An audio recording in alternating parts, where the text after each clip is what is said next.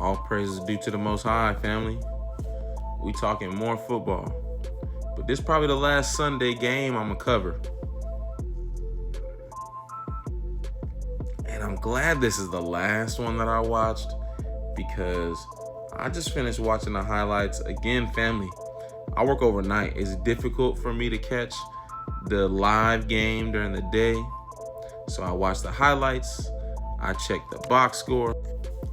Y'all, this was the ugliest game of the weekend. Ugh. It was nasty. I'm not gonna lie to y'all. Again, this is just my perspective.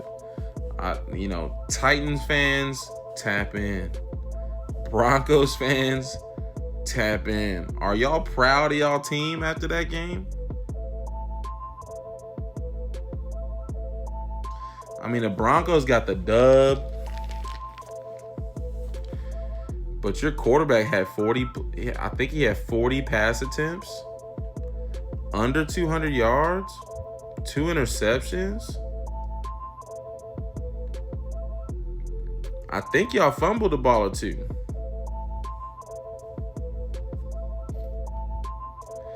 And then let's talk about, the thing about football is like, we have to compare how you did, because if that was like any better of an offense on the other side that you was dealing with, would that have been enough to win?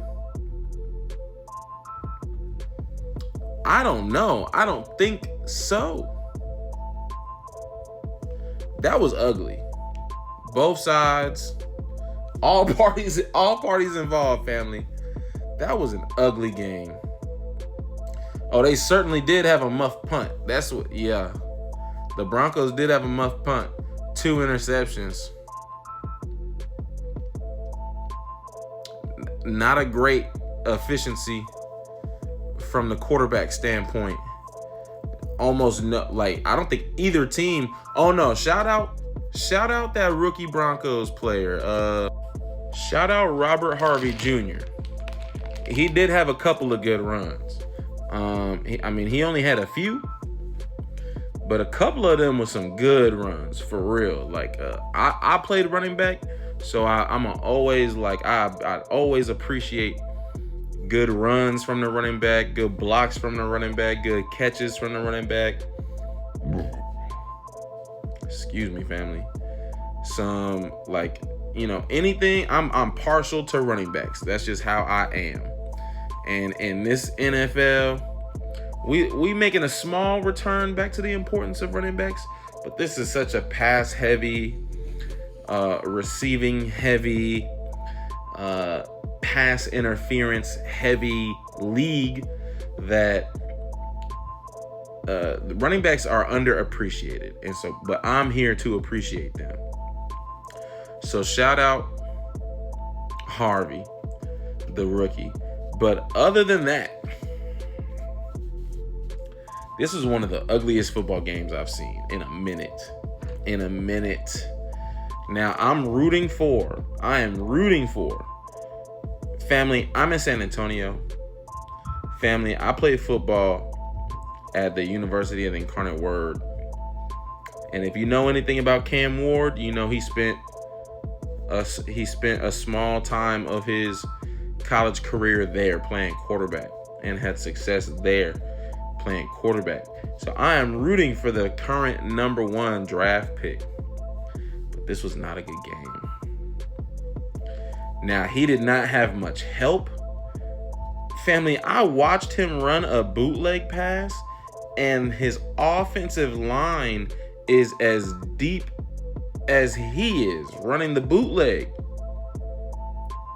He ain't even get to the end around part of his bootleg, and his O-line is in his lap. That is crazy. He ain't even turn around yet from the run fake, and his O-line is 6-7 yards deep into the backfield. That is terrible, horrific. So did he have, let's just call it what it is. Did he have a bad game? Yes, because Cam Ward is better than that. That I genuinely believe. He's better than the game that he just had. But he did not get much help. And I seen a graphic, like, pull that up, family. The average down and distance for their third down conversion was like 8-9 yards. So that's on the coaches. That's on the running game.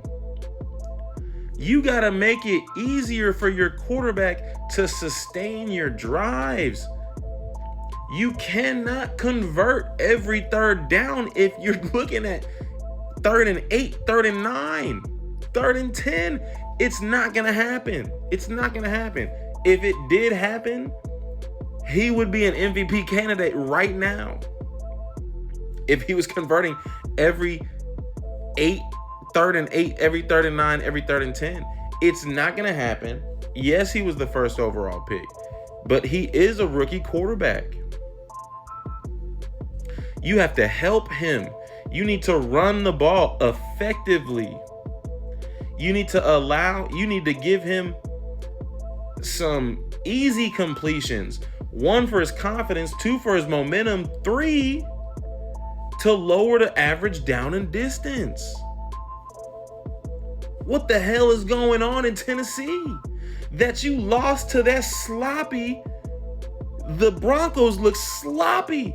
And this is a team that's coached by Sean Payton. And so they got the win, but that was a sloppy Denver Broncos performance. A Denver Broncos outing. That was a sloppy and nasty outing. But the Titans did not help themselves because, look, I mean, let's be honest. If you get the first overall pick, you're not a good team. But and if you get the first overall pick, that in most cases, especially if you pick a quarterback, in most cases, that first overall pick is your best player on the team. So you have to help him out. Your newest, your rookie is the best player on the team. You have to help him out. Calvin Ridley. You have to help him out. Titans running backs. The O-line, egregious. The Titans coach, you have to help him out. That was terrible. And Cam Ward is not the reason it was terrible. He's the quarterback. So he's got some accountability and he will get better. I believe that. But I don't want to use the word victim, but he suffered because of the terrible performance of everybody else. Calvin Ridley had 2, or maybe it wasn't Calvin Ridley that had 2, but he definitely had 1. I think it was a different receiver had another drop. That would have added 50, 60 yards on just those 2 catches. Just those 2 drops, I'm sorry. Would have gave Cam Ward another 50, 60 passing yards. You know, don't just look at the stats and be like, okay, like look, I believe in Cam Ward, but I just have to give you my objective perspective and opinion, family. My football, what I seen as far as football, it was not a good game. I think he'll get better. Calvin Ridley did not have a particularly good game. None of the other Titans receivers had a particularly good game. The running game was non-existent for both teams outside of that outside of Harvey Jr. And the Broncos they had some yards, but 2 interceptions, a muff punt. It was bad. It was bad. Titans got to fix up that O-line, shore up that O-line. Cam just got to find him a receiving connection. Man, I'm almost upset I watched that game. That was very sloppy NFL football. But y'all let me know what y'all thought. Where my Titans fans, where my Broncos fans at? Peace and love.